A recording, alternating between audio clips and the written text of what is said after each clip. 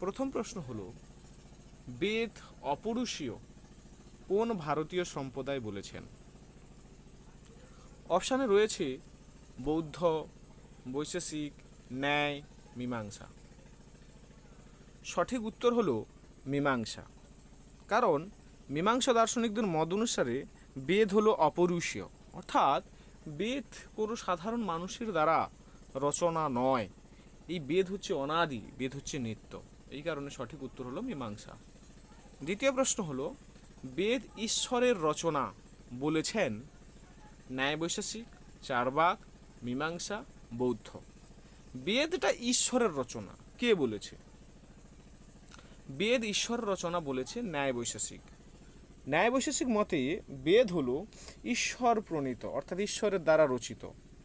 ঈশ্বর সর্বজ্ঞ হওয়ায় তার রচিত বেদ হলো যথার্থ এবং সেটা প্রামাণ্য, সেটা সকলকে স্বীকার করা উচিত। কিন্তু চার্বাক, বৌদ্ধ, এরা কিন্তু বেদ ঈশ্বরের দ্বারা রচিত বলে না, অর্থাৎ এরা ঈশ্বরকে মানে না। আর মীমাংসা দর্শনে তো একটু আগেই আমরা পড়লাম যে মীমাংসা দর্শনে বেদকে অপরুষ্য বলা হয়, কোনো পুরুষের দ্বারা সৃষ্টি বলা হয় না। পরবর্তী প্রশ্ন, বেদের কর্মকাণ্ড, বেদের যে অংশে আছে তা হলো, বেদের দুটি কাণ্ড, একটা জ্ঞানকাণ্ড, একটি কর্মকাণ্ড। কিন্তু এই বেদের যে কর্মকাণ্ড সেটা বেদের যে অংশে রয়েছে সেটা কোনটা? সংহিতা ও ব্রাহ্মণ, ব্রাহ্মণ উপনিষদ, আরণ্যক উপনিষদ, ব্রাহ্মণ ও আরণ্যক। কর্মকাণ্ডের কথা বলেছে। বেদের হচ্ছে দুটো কাণ্ড, কর্মকাণ্ড, জ্ঞানকাণ্ড। এবং বেদের যে অংশ সেটা হচ্ছে চারটা অংশ, সংহিতা, ব্রাহ্মণ, আরণ্যক, উপনিষদ। তাহলে কর্মকাণ্ডের মধ্যে পড়ে কোনটা? না, সংহিতা ও ব্রাহ্মণ। কারণ বেদের কর্মকাণ্ডে কী নিয়ে আলোচনা করা হয়? যাগযজ্ঞ, আচার আচরণ, বৈদিক কর্মবিধি, এইগুলো নিয়ে আলোচনা করা হয়। আর যেগুলো প্রধানত সংহিতা এবং ব্রাহ্মণ অংশে কিন্তু এই আলোচনাগুলো পাওয়া যায়। তাহলে সঠিক উত্তর হচ্ছে অপশান ক, অর্থাৎ অপশান এ বা ক, এটাই। পরবর্তী প্রশ্ন, বেদের জ্ঞান কাণ্ড বেদের যে অংশে আছে তার নাম? সংহিতা ও ব্রাহ্মণ, ব্রাহ্মণ ও উপনিষদ, আরণ্যক ও উপনিষদ, ব্রাহ্মণ ও আরণ্যক। সঠিক উত্তর হলো আরণ্যক ও উপনিষদ। জ্ঞানকাণ্ডে অ্যাকচুয়াল কী নিয়ে আলোচনা করা হয় বলতো? ব্রহ্ম, আত্মা এবং মুক্তি সংক্রান্ত বিভিন্ন যে তত্ত্ব রয়েছে সেগুলো নিয়ে আলোচনা করা হয়, যা আরণ্যক ও বিশেষত এই উপনিষদে অ্যাকচুয়াল আলোচনা করা হয়। তাহলে আমরা দেখছি যে আরণ্যক আর উপনিষদ হলো জ্ঞানকাণ্ড, বেদের জ্ঞানকাণ্ড, আর সংহিতা আর ব্রাহ্মণ হচ্ছে কর্মকাণ্ড। তাহলে এই চারের দাগের প্রশ্ন সঠিক উত্তর কোনটা হলো? না, অপশান গ। পরবর্তী প্রশ্ন, ব্রাহ্মণ, ক্ষত্রিয়, বৈশ্য, শূদ্র এই চার বর্ণের সৃষ্টিকর্তা হলেন শ্রীকৃষ্ণ, হিরণ্যগর্ভ, ব্রহ্মা, বেদ। এই চার বর্ণের সৃষ্টিকর্তাকে সেটা জিজ্ঞাসা করা হয়েছে। চার বর্ণের সৃষ্টিকর্তা কি? ব্রাহ্মণ, ক্ষত্রিয়, বৈশ্য, শূদ্র এই চার বর্ণের সৃষ্টিকর্তা কি? না, শ্রীকৃষ্ণ হচ্ছে এই চার বর্ণের সৃষ্টিকর্তা। তাহলে অপশান এ হলো সঠিক উত্তর। পরবর্তী প্রশ্ন, কেবল ব্রাহ্মণদের অবশ্য পালনীয় কর্তব্য হলো, কেবল ব্রাহ্মণদের অবশ্য পালনীয় কর্তব্য হলো যজ্ঞ অনুষ্ঠান, ব্যবসা বাণিজ্য, প্রজা পালন, পশুপালন। সঠিক উত্তর হলো যজ্ঞ অনুষ্ঠান। ব্রাহ্মণদের প্রধান কর্তব্য কি বলতো? তাদের প্রধান কর্তব্য হচ্ছে অধ্যয়ন করা, অধ্যাপনা করা, যাগযজ্ঞ সম্পন্ন করা। এই জন্য সঠিক উত্তর হলো অপশান ক। পরবর্তী প্রশ্ন, কেবল বৈশ্যের অবশ্য পালনীয় কর্তব্য হলো, যারা বৈশ্য তাদের অবশ্য পালনীয় কর্তব্য কোনটা জিজ্ঞাসা করছে। কি কি আছে? না, অধ্যাপনা, যজ্ঞ অনুষ্ঠান, ব্যবসা বাণিজ্য, দান গ্রহণ। সঠিক উত্তর হলো বৈশ্যদের ব্যবসা বাণিজ্য করা, কারণ ব্যবসা বাণিজ্য হচ্ছে বৈশ্যদের প্রধান কাজ। কারণ আমরা দেখছি যে বৈশ্যরা কি করে না, তারা হচ্ছে কৃষি, গোরক্ষা, হ্যাঁ, তারপরে বিভিন্ন ধরনের ব্যবসা বাণিজ্য করা, এইগুলো হচ্ছে তাদের কাজ, তাদের অবশ্য পালনীয় কর্তব্য। এই কারণে অপশান গ হলো সঠিক উত্তর। পরবর্তী প্রশ্ন, কেবল ক্ষত্রিয়ের অবশ্য পালনীয় কর্তব্য হলো। এবার যারা ক্ষত্রিয় তাদের অবশ্য পালনীয় কর্তব্যটা কি? অধ্যাপনা করা, ব্যবসা বাণিজ্য করা, যুদ্ধ করা, পশুপালন করা। সঠিক উত্তর হবে যুদ্ধ করা। অর্থাৎ যারা ক্ষত্রিয়, ক্ষত্রিয়ের প্রধান ধর্ম হলো প্রজাদেরকে রক্ষা করা এবং যুদ্ধ করে সমাজকে বা দেশকে রক্ষা করা। তো সঠিক উত্তর এই কারণে কী হবে না, যুদ্ধ। পরবর্তী প্রশ্ন, সাধারণ ধর্ম হলো, সাধারণ ধর্ম কি জিজ্ঞাসা করা হয়েছে না, যে ধর্ম বর্ণ ও আশ্রম নির্বিশেষে সকল মানুষের অবশ্য পালনীয়, যে ধর্ম কেবল ব্রাহ্মণরা পালন করে, যে ধর্ম কেবল হিন্দুরা পালন করে, যে ধর্ম কেবল সাধারণ মানুষ পালন করে। সঠিক উত্তর হবে যে ধর্ম বর্ণ ও আশ্রম নির্বিশেষে সকল মানুষের অবশ্য পালনীয়, সেটাকে সাধারণ ধর্ম বলে। তাহলে সেই সাধারণ ধর্মগুলো কি কি বলো তো? যেমন ধরো অহিংসা, হ্যাঁ, সত্য, দয়া, এইগুলো না সাধারণ ধর্ম। এইগুলো হচ্ছে কি বলা যায়, ধর্ম বর্ণ নির্বিশেষে, আশ্রমে নির্বিশেষে সকলকে এটা কিন্তু অবশ্য পালনীয়, এটা পালন করতে হবে, এটা সাধারণ ধর্ম। পরবর্তী প্রশ্ন, পঞ্চপ্রকার ঋণ কি? পঞ্চপ্রকার ঋণ কি তোমাকে জিজ্ঞাসা করা হয়েছে। 5 প্রকার ঋণ কি কি তোমাকে জিজ্ঞাসা করা হয়েছে। অপশানে কি? দেব ঋণ, পিতৃঋণ, ঋষি ঋণ, নৃঋণ, ভূত ঋণ। তারপর আছে দেব ঋণ, দ্রব্য ঋণ, অর্থ ঋণ, কার্য ঋণ, ধর্ম ঋণ। তারপরে বলা আছে মাতৃঋণ, অর্থ ঋণ, দ্রব্য ঋণ, সম্পদ ঋণ, পূর্ব ঋণ। কোনোটাই নয়। কোনটা হবে? সঠিক উত্তর হলো হিন্দু ধর্মে মানুষের কিন্তু না 5 ঋণের কথা বলা হয়েছে। সেগুলো হলো দেবঋণ, পিতৃঋণ, ঋষি ঋণ, নৃঋণ, নি মানে মানুষকে বোঝায়, নৃঋণ এবং ভূত ঋণ। তাহলে সঠিক উত্তর হলো অপশান ক। পরবর্তী প্রশ্ন, এবার দেবঋণ কি? দেবঋণ হলো মানুষ তার সম্পদের জন্য দেবতাদের কাছে ঋণী, মানুষ তার জন্মের জন্য দেবতাদের কাছে ঋণী, মানুষ তার সত্তার জন্য দেবতার কাছে ঋণী, মানুষ তার খাদ্যের জন্য দেবতার কাছে ঋণী। সঠিক উত্তর কোনটা হবে? সঠিক উত্তর হবে মানুষ তার জন্মের জন্য দেবতার কাছে ঋণী, অর্থাৎ অপশন খ হলো যথার্থ উত্তর।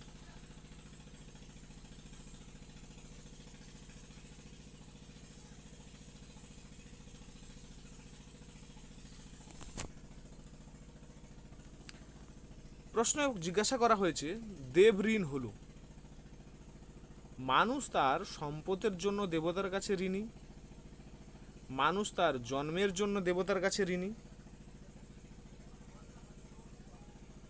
মানুষ তার সত্তার জন্য দেবতার কাছে ঋণী, মানুষ তার খাদ্যের জন্য দেবতার কাছে ঋণী।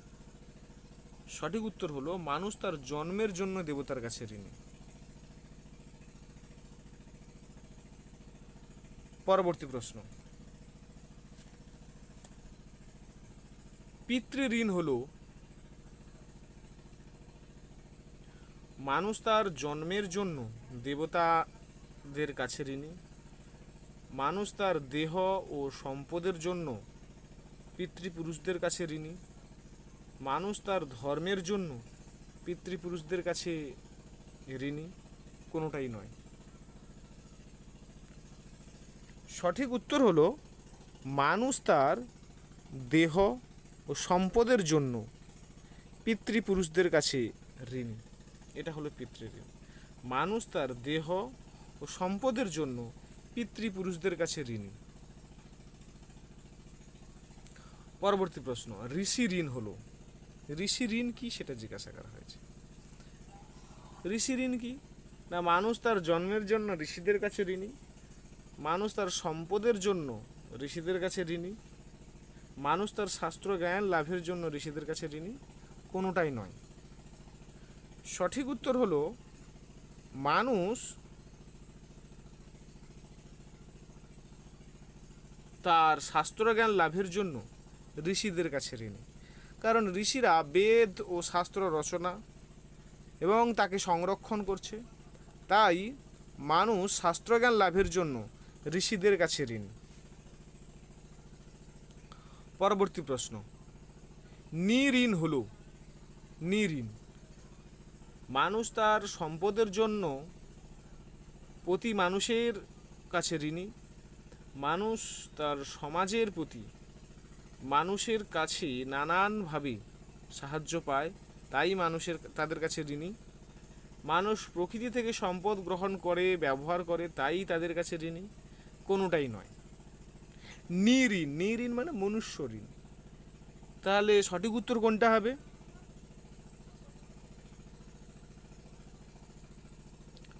সঠিক উত্তর হলো সমাজের অন্যান্য মানুষের সাহায্য ছাড়া মানুষের জীবন কিন্তু চলতে পারে না। তাই সকল মানুষের প্রতি মানুষের একটা ঋণ রয়েছে, সেই ঋণটাকে বলা হয় নিঋণ। তাহলে সঠিক উত্তর হলো অপশন খ। পরবর্তী প্রশ্ন, ভূত ঋণ হলো, ভূত ঋণ কি?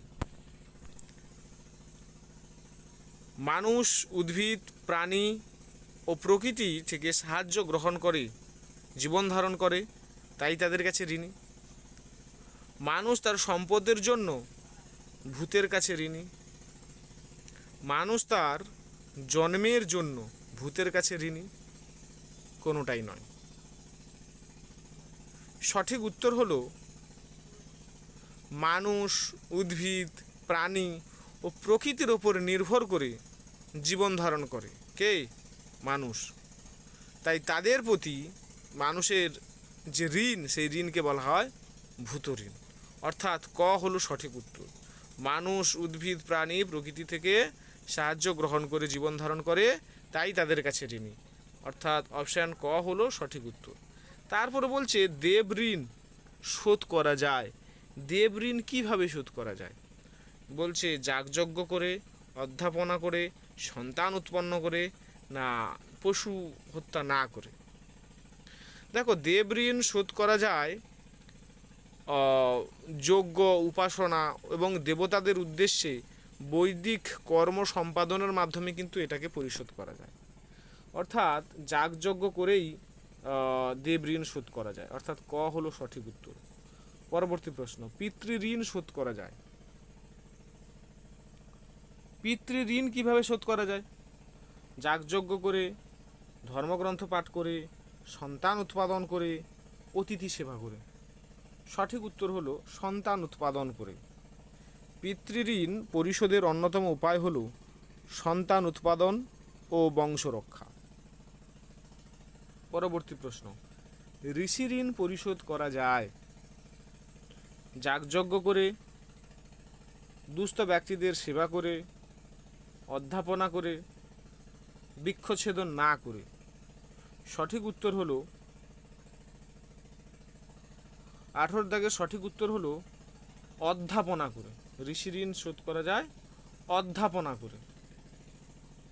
অর্থাৎ শিক্ষা গ্রহণ ও শিক্ষা প্রদান করে ঋষিদের যে জ্ঞান ধারা, সেটা হচ্ছে রক্ষা করা, আর এর মাধ্যমেই কিন্তু ঋষি ঋণটা পরিশোধ হয়।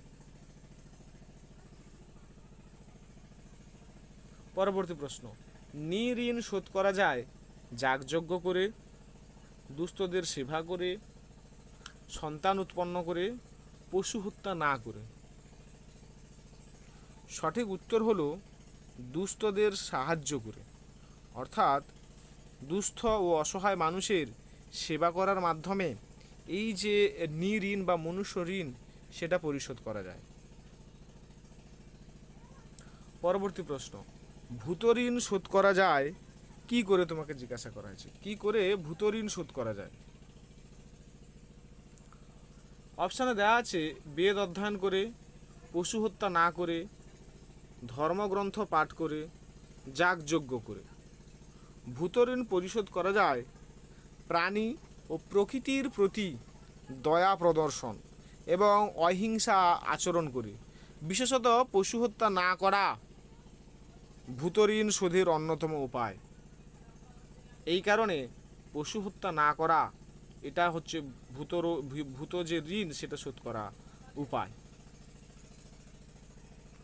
পরবর্তী প্রশ্ন, কর্মবাদ হলো যে মতবাদ কর্ম নিয়মের দ্বারা মানুষের নৈতিক জীবনকে ব্যাখ্যা করে।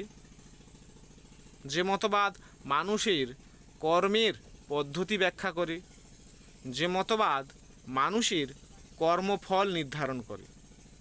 কোনোটাই নয়। দেখো, কর্মবাদ মানুষের নৈতিক কাজ এবং তার ফলাফলের সম্পর্কটাকে কিন্তু ব্যাখ্যা করে। এই কারণে এই তত্ত্বকে অর্থাৎ এই কর্মবাদকে আর নৈতিক কর্মতত্ত্ব বলা হয়।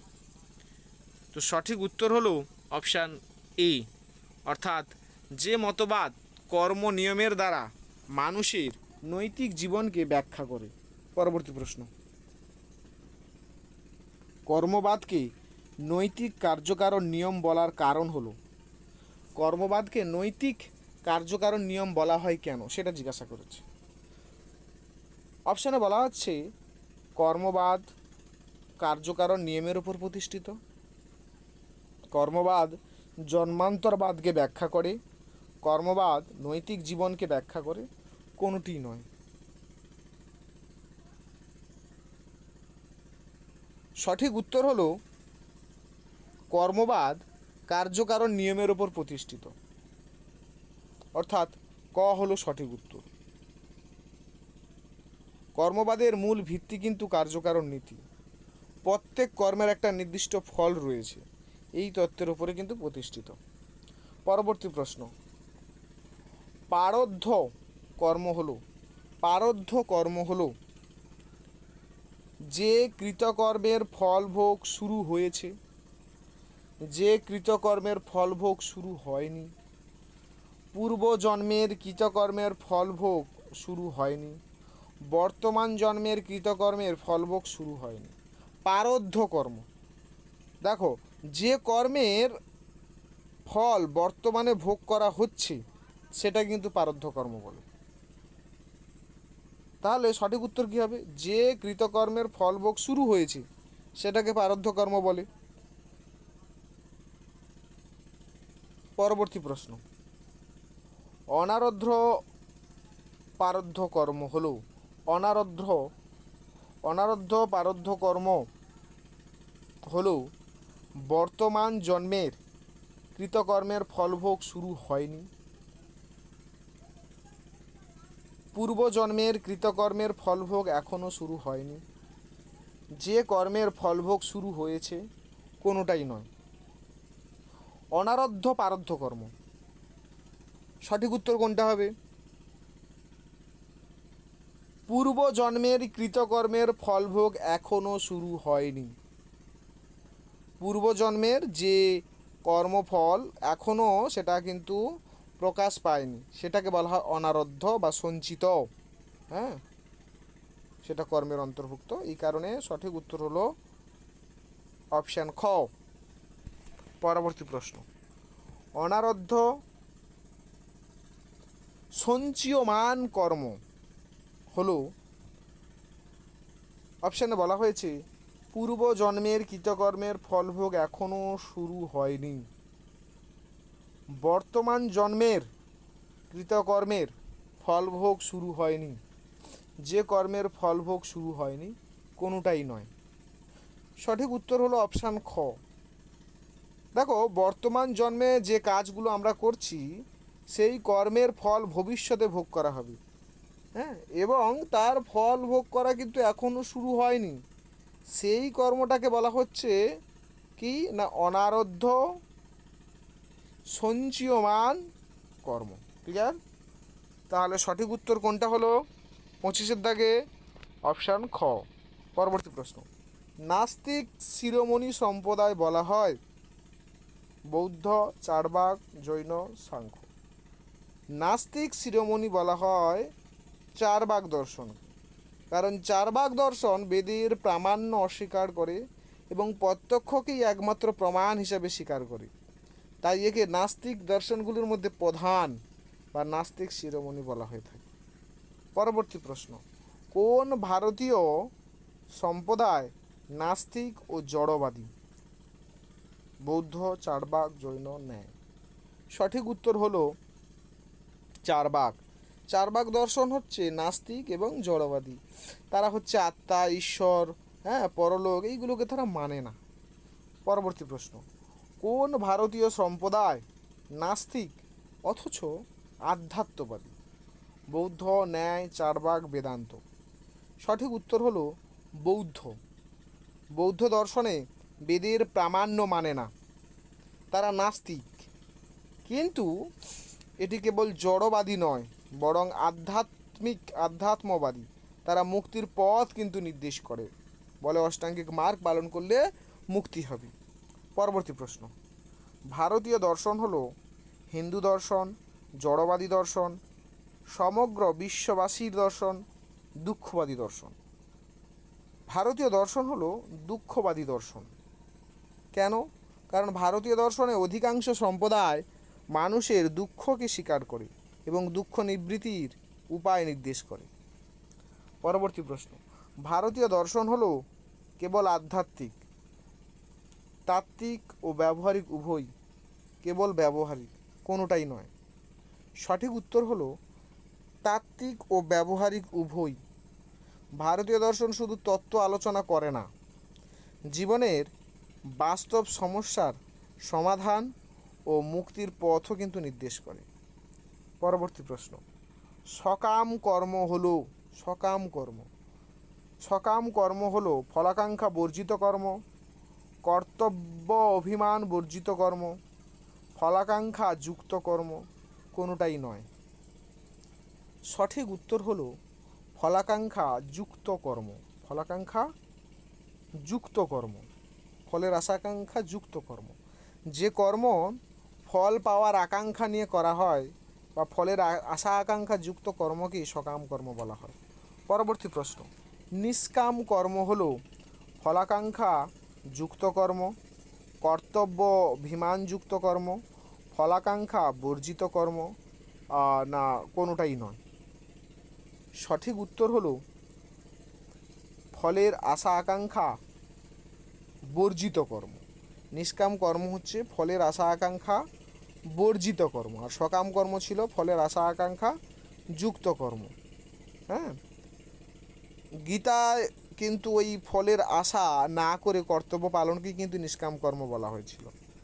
পরবর্তী প্রশ্ন, ভারতীয় দর্শন দুঃখবাদী, নৈরাশ্যবাদী, নিরীশ্বরবাদী, আশাবাদী? সঠিক উত্তর হলো ভারতীয় দর্শন হলো আশাবাদী। যদিও বা ভারতীয় দর্শনে দুঃখকে স্বীকার করা হয়, তবে মুক্তির কিন্তু সম্ভাবনাও দেখানো হয় যে কিভাবে সেই দুঃখ থেকে মুক্তি লাভ করা যাবে। তাই এই ভারতীয় দর্শনকে মূলত আশাবাদী দর্শন বলা হয়। পরবর্তী প্রশ্ন, অতিব্যাপ্তি দোষ কি? অতিব্যাপ্তি দোষ হলো লক্ষণটি অলক্ষ্যে বর্ধিত, লক্ষ্যমাত্র বৃদ্ধি, লক্ষণটি লক্ষ্যের একটি অংশ মাত্র, লক্ষণের মধ্যে লক্ষ্যবস্তু প্রবিষ্ট। সঠিক উত্তর হলো লক্ষণটি অলক্ষ্যে বর্ধিত, অর্থাৎ অতিব্যাপ্তি। আমি যে লক্ষণটা দিয়েছি সেই লক্ষণটা লক্ষ্যবস্তুকে ছাড়িয়ে অন্য বস্তুতে প্রযোজ্য হচ্ছে। অতিব্যাপ্তি দোষের সংজ্ঞার লক্ষণ লক্ষ্যবস্তুর বাইরেও প্রযোজ্য হয়ে যায়। পরবর্তী প্রশ্ন, অব্যাপ্তি দোষ হলো, অপশানে বলা হচ্ছে লক্ষণটি অলক্ষ্যে বর্তিত, লক্ষ্য মাত্র বৃত্তি, লক্ষণটি লক্ষ্যের অংশে বর্তিত, লক্ষণের মধ্যে লক্ষ্যবস্তু প্রবিষ্ট। সঠিক উত্তর হলো লক্ষণটি লক্ষ্যের অংশে বর্তিত, অর্থাৎ লক্ষণটি লক্ষণের সম্পূর্ণ অংশে যায় না, অংশে কিছুটা অংশে যায়।